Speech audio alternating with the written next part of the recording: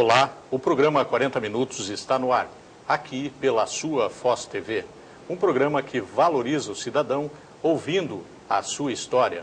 Nosso entrevistado de hoje é o contador Edivino Borkenhagen.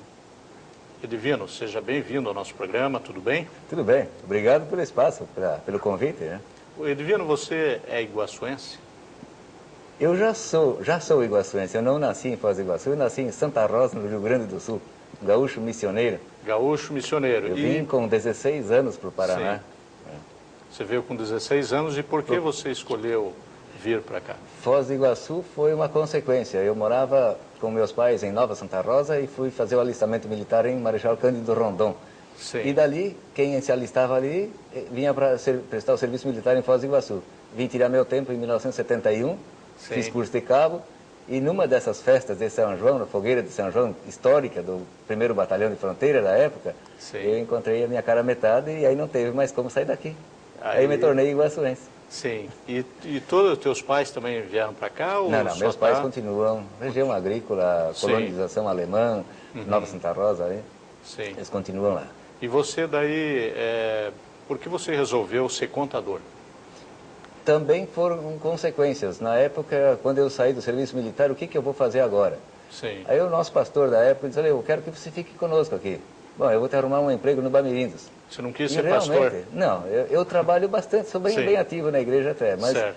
eu, na época, disse, eu vou conseguir uma colocação no Bamirindos. E foi muito bom, e trabalhei no Bamirindos na época, né? O Bar Mirindos para muita gente O até, Bar né? Mirindos, muito famoso, o extinto. né? O HSBC hoje, né? Sim. Então, ali de contábil começou por ali. Dali eu fui para uma madeireira, da madeireira eu fui para uma agência de veículos, a Olsen da época, quando a Olsen veio para Foz do Iguaçu, eu ajudei a instalar a Olsen, inclusive, na época. Dali Certo. eu fui para uma empresa de hotelaria que me convidou para assumir a contabilidade. E daí criamos uma sociedade de contador, mas só que eu não tinha titulação ainda, eu ainda estava na faculdade. Então Certo. eu estava de fato, mas não de direito. Não chamavam de guarda-livro? Ou continuam chamando? Alguns empresários até ainda têm esse hábito do guarda-livro. Era um hábito antigamente. antigo, né? É porque o contador da época, ele era um preenchedor de livros e era a pessoa que vivia com livros debaixo do braço. Sim. Assim, então ele era o guarda-livro, tanto no escritório dele, no gabinete dele, como quando ele andava com livros debaixo do braço. Né? Sim. Então era o guarda-livro. Né? Edivino, qual é a diferença entre contador e contabilista? O contabilista vem de uma lei do senador Lira, de 1945, 46, se não me engano. Então, criou-se o Dia do Contabilista, 25 de abril. Anos depois, em Brasília, passou-se a comemorar o Dia do Contador, em 22 de setembro, mas é o contador, o bacharel em ciências contábeis, é o que tem o curso universitário. Então, contabilista vem a ser o técnico em contabilidade, que é 2º grau, tanto o técnico quanto o bacharel. Agora, contador é apenas o bacharel. Então, algumas prerrogativas que são do contador, o técnico não tem. Então, algumas atribuições ele não pode assumir. Por exemplo, fazer perícias, ele não pode fazer perícias. Auditoria, ele não pode fazer auditoria. São poucas as diferenças existentes? Poucas diferenças. Então, talvez o empresário, dependendo da atividade dele, talvez até ele nem perceba que haja diferença entre aquele que faz a contabilidade para ele. Certo. Sendo técnico em contabilidade ou sendo bacharel em ciências Mas contábeis. o técnico ele pode abrir um escritório de contabilidade e dar assessoria? Sim, pode. Normal? Só ele não pode fazer auditoria, né? Certo. Aí ele não tem que chamar um contador. Ele teria que chamar um contador, daí. Sim. Agora você está bastante conhecido aqui na região pelo teu instinto abnegado de ajudar as causas públicas. Isso já faz bastante tempo. E a tua primeira campanha, você iniciou para ajudar a Santa Casa, foi isso? Já vem de antes ainda. Nós já tínhamos, desde 97, dado apoio a uma creche que surgiu do lado do nosso estabelecimento. Ela foi criada desde a documentação de constituição e tudo mais, e assessoria contábil, administrativa, gente nossa participando da diretoria da creche para ajudar, inclusive, e vai. Todo ano uma campanha para o Natal, para arrecadar alguma coisa, o Dia da Criança, alguma coisa nesse sentido assim, chamando principalmente os nossos clientes, e participaram bem. Teve um ano, inclusive, que nós fizemos a cesta de Natal, uma campanha de arrecadação de alimentos. Nós conseguimos arrecadar mais alimentos em quilos do que a campanha dentro da Receita Federal com as pessoas que adentravam a Receita Federal, contadores e contribuintes. Nós superamos em quilos mais do que a Receita Federal conseguiu na sua coleta lá dentro. E o que se deve a isso? O que se deve? A publicação? Não, a clientela confia no que se faz, a gente dá um retorno, a gente mostra para eles onde é que é aplicado. Você acredita que você passa uma imagem de confiança para... Eu acredito, e eu acredito faz que isso. Sim. Pois aí, veja, isso já desde 97, a creche Tia Sandra está no Jardim Cristina hoje, né? Certo. A gente sentiu que isso era pouco para o potencial nosso. A equipe é pequena, nós somos em 14 pessoas ao todo. Mas nós podíamos fazer alguma coisa a mais. Então, no começo deste ano, a gente analisou qual outra entidade deveria merecer o nosso apoio um pouco mais. Sim. Aí a gente foi analisar, a Santa Casa estava numa situação difícil, bem difícil, mal falada, e não era justo o que estava acontecendo com ela. Então vai ser a Santa Casa. E aí a gente se colocou junto ali, se debruçou para elaborar um projeto adequado. Sim. Firmamos um convênio com a Irmandade, registramos o convênio em títulos e documentos, público, lançamos um quadro, uma página no nosso site, na internet, para divulgar essa campanha e passamos a chamar a comunidade. Mas o que levou você a despertar essa vontade de exercer esse trabalho público? Porque muitas pessoas podem e não querem, mas tem aqueles que querem e não podem. Existe isso. Em primeiro lugar, eu acho que é a gratidão. Gratidão a quê? Se alguém na minha casa me faz algum favor, eu vou tentar retribuir a ele. No meu menor círculo, digamos. Como assim? Se na minha comunidade eu fui bem aceito, claro Sim. que nós trabalhamos linha dura, digamos, você faz isso para porque... fazer um nome. Porque... A cidade nos acolheu bem, eu estou estabilizado, eu tenho um nome sempre zelado, né? Sim. Respeitado, graças a Deus, um nome respeitado. E eu acho que, assim como a cidade me acolheu tão bem, eu tenho que dar um retorno para a comunidade. É isso que faz. Então, você um faz isso como vias, se fosse uma dívida social que Sim, você claro, tem para a isso. comunidade. Porque se nós crescemos nesses 22 anos que a gente já tem de atividade na contabilidade, isso é desde 83, certo. Então já muita coisa pode ter sido feita, a gente cresceu com isso, cresceu na comunidade que acolheu tão bem a gente, clientes antigos que nós temos, desde que eu comecei em 83, eu comecei com 5 clientes. Sim. 4 não existem mais. Um ainda existe e continua sendo nosso cliente. Então isso é um ponto muito positivo para nós. Se os outros 4 ainda existissem, talvez também seriam nossos clientes ainda. Isso é importante. Então nós temos a credibilidade que a gente busca com o cliente, mostrar para ele como ele deve proceder. E quando ele aceita a nossa orientação, isso é muito importante. Você falou 4 clientes ou como? Na campanha? Não. Lá em 83, que eu comecei como contador, me estabeleci, comecei sozinho. Ah, né? tá. Hoje você tem quantos clientes na tua empresa? Nós estamos em 120, eu creio, mais ou menos assim. E a maioria contribui com as tuas causas? Tem diversos que contribuem, tem aqueles Sim. que não se sentem tocados. A gente não pode abrir a cabeça com o machado e semear a responsabilidade social neles, né? Nós até porque é um direito todos, né? dele, né? Lógico. Mas tem participado. De assumir. A Maria tem participado. Essas campanhas anteriores que a gente vinha fazendo, sempre participavam. Dentro daquilo que a gente esperava, participavam. Essa última agora, essa mais recente, que é o que está transcorrendo durante o ano agora da Santa Casa, Minha Casa, sim. Essa foi mais abrangente. Nós partimos com os clientes, nós lançamos ela no nosso site na internet, e a partir daí, então, ideia de um, ideia de outro, patrocínios desse, daquele, nós conseguimos avançar e tornar ela uma campanha ampla, porque nós queremos que seja uma campanha da comunidade. Não é nossa campanha, não é nosso nome, nós não queremos nos engrandecer com essa campanha. O que nós queremos é conduzir ela para que toda a comunidade possa ter um dividendo, possa ter um retorno disso aí. Sim. Isso é importante. Edivino, nós vamos agora para o intervalo comercial e voltaremos daqui a pouco.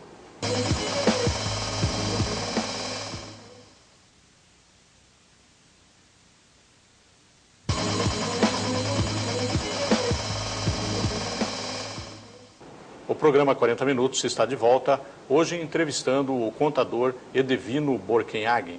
Edivino, como vocês encontraram a Santa Casa, a situação financeira dela, quando vocês iniciaram essa campanha?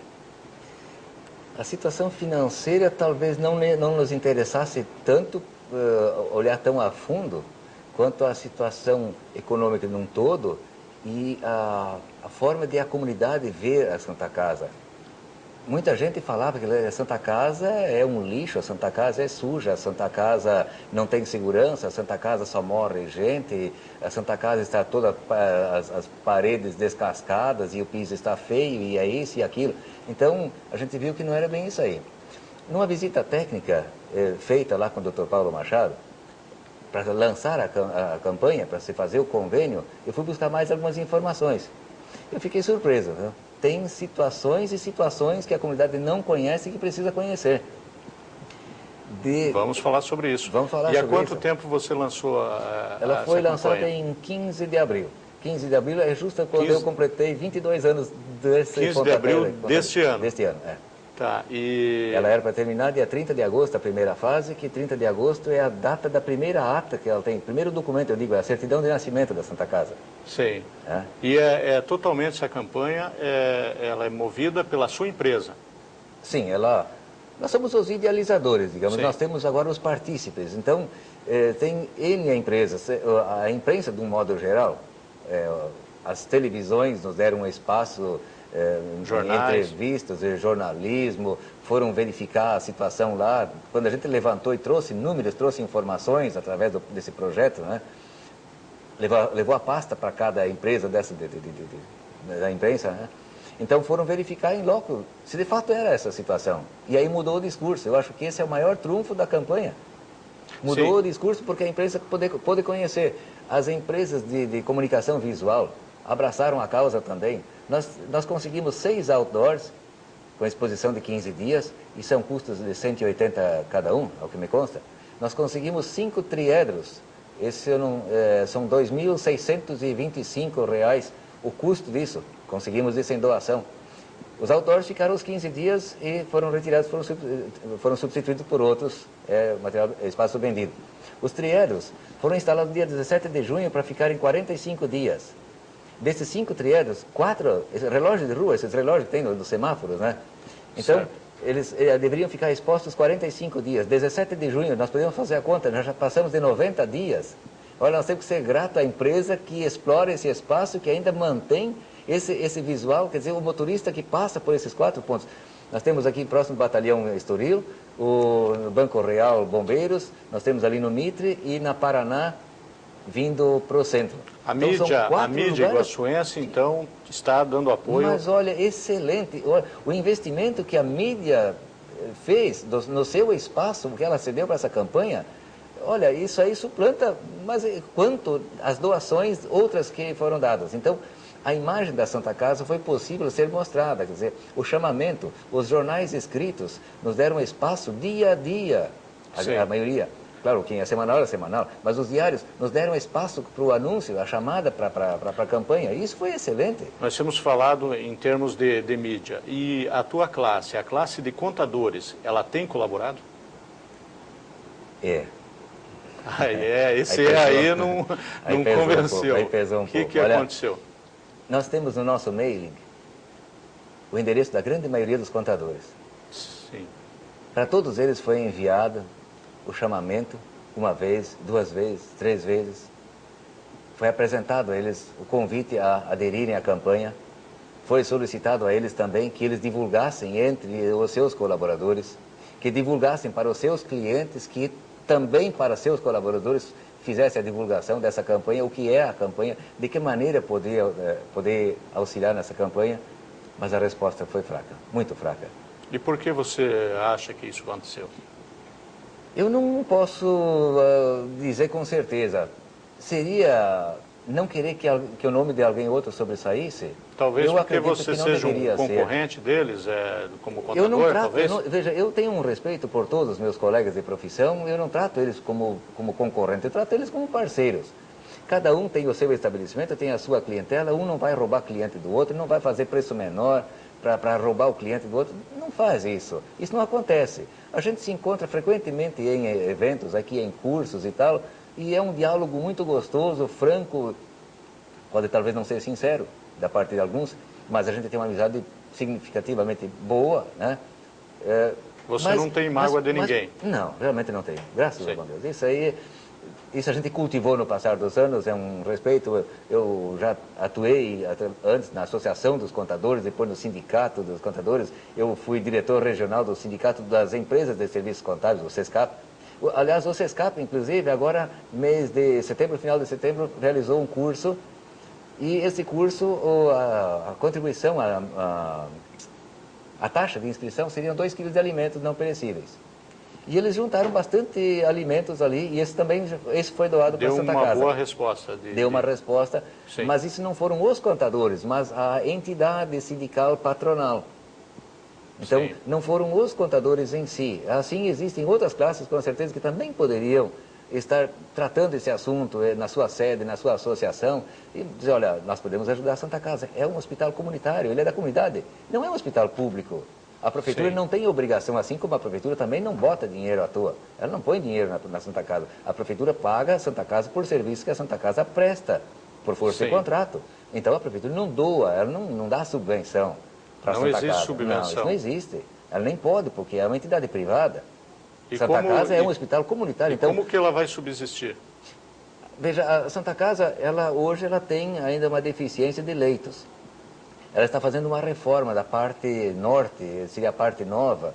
Nisso ela está fazendo uma reforma. Ela conseguiu um aluguel, uma antecipação de aluguel de um espaço para um posto bancário de 5 anos. Isto deu gás para poder fazer a reforma. Mas a condição é que esse dinheiro seja utilizado na reforma. Então ela não pode utilizar esse dinheiro para outro fim. Certo. A hora que ela tiver com essas instalações prontas para uso, ela vai ter espaço para poder atender pacientes pelo particular. Você disse durante a entrevista que a população acreditava que a Santa Casa estava um lixo. E ela não estava? Logo quando vocês chegaram a... A Santa Casa estava numa situação, veja, das roupas, cerca de 500 quilos de roupa se lavava dia. Destas roupas lavadas diariamente, havia roupas que eram utilizadas 3 vezes ao dia. Quer dizer, usava de manhã, sujava, lavava, secava, passava, usava, sujava. Fazia essa volta 3 vezes ao dia porque não tinha roupa suficiente.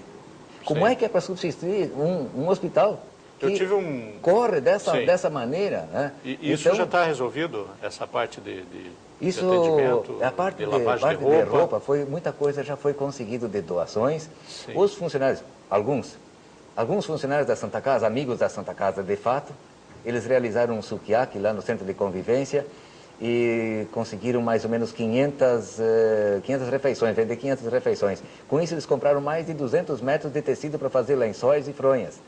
Isso é um gesto muito bonito, sabe? Sim. Quando eles abraçam essa causa, sabe? A gente se anima realmente a mostrar que essa campanha tem seu valor. Quer dizer, oxalá outras associações pudessem, outras equipes, colaboradores de outra empresa fossem fazer um movimento, fazer um chá beneficente, fazer um baile qualquer, dizer, olha, isso aqui é para Santa Casa. A gente disse até como exemplo, até um restaurante podia dizer, olha, quinta-feira o almoço, o resultado do almoço vai ser para Santa Casa. Divulga o estabelecimento e ajuda a Santa Casa. Já que você está falando essa parte dos que trabalham na Santa Casa, você acredita que todos que trabalham lá estão desempenhando bem as suas funções e trabalhando para que a Santa Casa melhore? Eu disse numa outra ocasião, eu posso talvez até conquistar inimigos, mas eu tenho que ser transparente, eu não tenho participação nenhuma na Santa Casa, eu não faço parte da diretoria, eu olho a Santa Casa como cidadão, e cidadão com responsabilidade. Quando hoje à tarde eu tomo conhecimento que dentro do quadro de funcionários de cerca de 400 empregados da Santa Casa ao todo, 78 estão de licença médica. 78 de licença médica, de atestado médico. Qual é a casa que subsiste? Qual é a escala de revezamento que tem condições de funcionar? Você tem primeiro, segundo, terceiro turno e de repente a pessoa... Não se sabe por quê. Como pode alguém trabalhar numa casa de saúde e dizer 78 pessoas estão doentes? Nós vamos continuar falando sobre isso, Edivino, daqui a pouco, porque agora nós vamos para o intervalo comercial. E fique com a gente, logo estaremos de volta.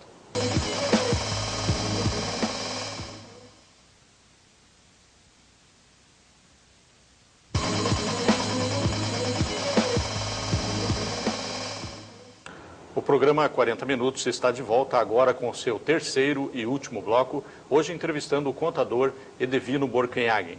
Edivino, nós estávamos falando sobre 78 funcionários da Santa Casa que estão em greve.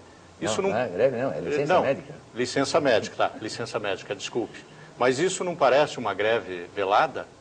E outra coisa, aonde eles estão conseguindo essas licenças? Realmente eles estão precisando? Eu não sei exatamente com os médicos do próprio quais hospital? os médicos que concedem os atestados e se essas pessoas estão tão doentes. Mas que uma coisa conflita mesmo. A taxa de infecção hospitalar pela Organização Mundial da Saúde, tolerável é 15% no mundo. Estados Unidos, que é primeiro mundo, varia entre 5% e 10%. A Santa Casa acusou 1,52%. Mas... Então, se pessoas que trabalham numa casa de saúde que só tem 1,52% de infecção hospitalar são as pessoas mais doentes do município? Me perdoem, mas sabe, Sim. alguma coisa soa errado. Eu acho que as pessoas que ouvem essa informação pensem bem, reflitam, vão verificar lá com a administração se é verdade ou não. São 78 que estão encostados hoje. Mas vocês não têm auditorias sobre isso? Auditoria ou só no âmbito Mas a palavra econômico? do médico vale. Sim. Ou todo atestado a palavra do médico vale. É inquestionável. Então, é inquestionável, aí não tem, a administração tem que aceitar. Sim. Agora, para administrar isso é difícil. São quase 100 pessoas paradas. Das 400 pessoas que tem 78 paradas, não há jeito de trabalhar uma casa assim. É óbvio que alguém vai dizer, eu fui lá e fui mal atendido porque faltava gente. Óbvio, faltou gente porque tem gente doente. Será que estão doentes mesmo? Alguns com certeza, mas são 78 pessoas de um contingente de 400? Mas, pessoal, vocês vocês já conversaram, já investigaram se há alguma insatisfação interna em relação a ganhos? Bom, aí não toca Não para chegaram nós, né? a Não verificar. Não faz parte, a nossa campanha não visa corrigir se eventualmente tem algum problema administrativo ou coisa assim. Por exemplo, essa greve que teve, essa ameaça de greve, essa paralisação, essa pressão toda, eu acho que ela é descabida se nós sabemos a realidade que vem à Santa Casa. Se não tem dinheiro, não tem como pagar. Se não tem receita, ela está sempre com déficit. Então ela não vai ter como superar isso aí. Ela precisa ter mais receita, ela precisa ter mais leitos para ofertar. A hora que essa parte nova estiver em condições, ela vai poder ofertar mais espaço para o particular, e esse particular vai gerar mais receita, que vai suprir aquela deficiência que ela tem em função das receitas pelo SUS, que desde 94 não são corrigidas. Eu tenho falado, qualquer empregado, qualquer cidadão não vai aceitar hoje a renda que ele tinha em 94. Todo ano ele tem uma convenção coletiva que protege ele, diz, você tem direito a um reajuste de X%, e ele vai brigar por isso.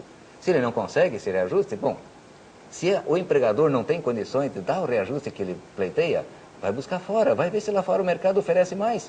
Vai lá fora então, quem está descontente se retire, busque um lugar melhor. Mas não adianta impor, eu acho que tem que ter paciência, o fornecedor também. Olha, nós tivemos experiências diferentes, um caso e outro. Eu participei em 3 gestões na direção da Santa Casa, isso já é coisa passada. Mas naquele tempo a gente conviveu com negociações com os fornecedores. Foram diversos fornecedores que abriram mão de juros, baixaram o valor para continuar sendo fornecedores da Santa Casa, porque eles sabiam que um dia essa bola ia dar a volta. E naquele dia eles gostariam de ser fornecedores. Teve aqueles que não pensaram assim. Assim como teve gente que fez sabotagem lá dentro, teve que ser mandado embora, se queixou para o sindicato, dizer que ele foi maltratado, porque ele foi cortado, que a família dele ficou sem dinheiro, ficou sem salário e coisa e tal. Mas ele não pensou no amanhã.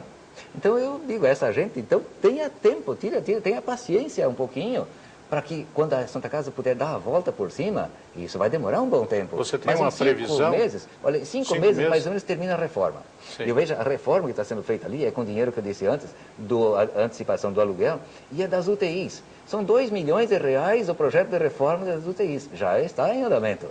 E isso está sendo feito com dinheiro da Receita Federal. Sim. Ora, então alguém diz, olha, Santa Casa é um saco sem fundo, isso e aquilo, está mal administrado. Tem um conselho fiscal, tem um membro da Itaipu Binacional, um membro da Receita Federal e um membro da Caixa Econômica. 3 entidades de respeito.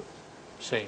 Conselho Fiscal que vai olhar, a documentação vai acompanhar isso aí temporariamente. Você falou em verba da Receita Federal, não é verba, é uma contribuição em mercadoria. Em mercadorias apreendidas. Sim, aí vocês vendem e transformam em dinheiro. Vocês não, eu não tenho parte lá. Não. A Santa Casa. Não, Sim, assim, para evitar que você alguém agora é interprete Santa que eu não Casa tenho. aqui. Não, que Em nem você alguns falou, lugares, né? existem auditorias, existe sim. um acompanhamento em que não deixam acontecer nada que que fique sob suspeita Exato, nesse caso. Olha, esteve lá a televisão, a Associação Comercial, o Ministério Público participou. Da primeira doação foram 499 pneus. Ao preço que a Receita repassou, Sim. eles conseguiram mais dinheiro ainda. Na venda desses pneus, conseguiram mais dinheiro do que o valor que era atribuído pela Receita Federal. Já foi feita uma boa venda. E isso é importante. Outras mercadorias também vão sendo repassadas agora. Mais novos lotes que vão ser repassados, de mercadoria apreendida, e a Santa Casa vai fazer dinheiro com isso aí. E ela vai continuar essa reforma. Mais ou menos uns 5 meses nós temos que esperar, aí o paciente particular vai poder retornar para a Santa Casa. Eu acho que aí muda a figura. Quando ela conseguir o superávit, então todo mês vai começar a sobrar alguma coisinha, ela vai conseguir pagar o atrasado. O município, por exemplo, não pode pagar a dívida da administração anterior, da correção do tempo da intervenção, que não cumpriram, não pode pagar hoje porque ele teria que entrar em precatório. Poxa vida, Sim. É uma necessidade premente, é saúde, mas a legislação diz, não, você não pode, porque não estava no orçamento do ano passado. Quer dizer, Sim. não adianta o administrador atual querer pagar, não pode. O trato foi, se nós recebermos isso da prefeitura, nós pagamos todas as trabalhistas, liquidamos o problema, pagamos os impostos, temos condições de pegar a certidão negativa de tributos, e aí nós podemos negociar com o banco para pegar dinheiro para financiamento. A Santa Casa Sim. poderia fazer isso aí. Mas quando ela não consegue receber, são quase 3,5 milhões para receber do município. E isso vai ter que ficar para o ano que vem, porque tem que entrar no orçamento. Então, passamos um ano inteiro. Você tem acompanhado o atendimento interno, as mudanças que estão acontecendo? Você tem acompanhado de perto isso? Eu tenho ido com uma certa frequência até o hospital, porque a gente quer também saber se as coisas estão acontecendo, Se estão melhorando. Se vale a pena a gente continuar com essa campanha. Não, porque eu gostaria de te fazer uma pergunta. Eu estive lá uma época e entrei pela ala do pronto-socorro, que é uma dificuldade entrar ali também, e os corredores estavam cheios de pessoas em macas, pessoas caindo até. Eu vi pessoas caírem da maca, pessoas sendo mal atendidas, até porque eu acho que o funcionário chega num ponto, ele começa a ficar estressado e começa a ser agressivo com o paciente. Mas ali uma palavra-chave, demanda. A demanda era muito grande.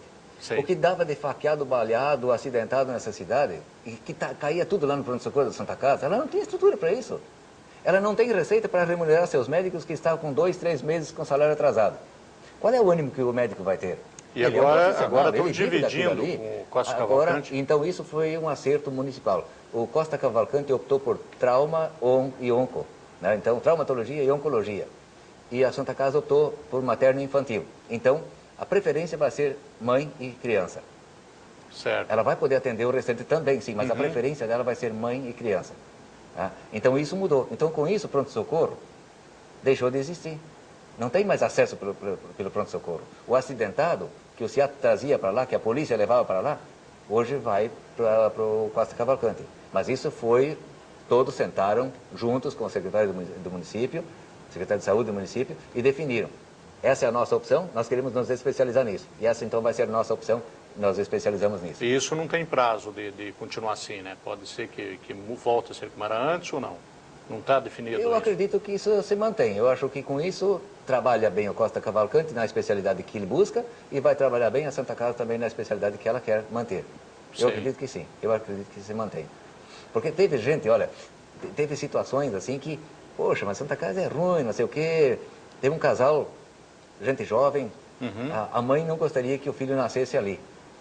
E o pai queria, porque o pai dele, o avô dessa criança a ser parida, ele tem uma vinculação próxima com a Santa Casa. E a família da mãe não conhecia a Santa Casa. E de repente não puderam internar no Costa Cavalcante, que seria a opção deles, acabaram tendo o internamento ali. Nasceu a criança, a surpresa deles, o atendimento, dizendo, a gente não pensava que a Santa Casa é isso. Já estão satisfeitos, isso é bom. Estão satisfeitos, e é muito bom isso aí. Mas por quê? Porque mudou o discurso, porque muitas pessoas passaram a conhecer mais de perto. E ainda precisa muitas pessoas entrar lá, fazer uma visita técnica, conhecer a realidade da Santa Casa. Eu devia, no nosso tempo está encerrando, eu gostaria que você falasse rapidamente sobre essa campanha, se apenas desse algumas diretrizes básicas e dessa da nova que você está iniciando, né? Essa que está aqui no papel, que você está aqui na pasta, né? Pode ficar à vontade. Criança feliz. Todos nós já fomos crianças. E com certeza na nossa casa temos algum brinquedo que esteja ou sobrando ou um brinquedo que possa ser aproveitado porque já não tem mais filho pequeno. E nós temos uma creche, essa mesma creche desde 97 que a gente atende. essa creche Tia Sandra no Jardim Cristina, as crianças são de famílias desde a invasão do Bambu até o Jardim Jupira. Essas crianças gostariam de ter um Dia da Criança feliz também. E por isso, então, nós acentuamos um pouco mais a campanha agora, pedindo que a imprensa também encampe isto, nos dê essa força. Se puder ser agora para o Dia da Criança, muito bem. Se puder ser depois do Dia da Criança, não tem problema também. Perante a Receita Federal, para a Receita Federal, nós fizemos um ofício pedindo só brinquedos educativos para eles poderem utilizar na orientação, no ensino das crianças, não brinquedos para casa, mas brinquedos educativos. Então é isso que a gente faz o chamamento. E essa campanha vai até o final. Já tem pessoas doando roupas, tem pessoas doando calçados, e isso é muito bom. Sim. Eu agradeço a sua participação no programa e todas as informações que você tem, inclusive telefones, vão estar aí na mídia iguaçuense e que a população poderá contribuir. O programa 40 Minutos termina aqui e muito obrigado pela audiência e até a próxima. Obrigado.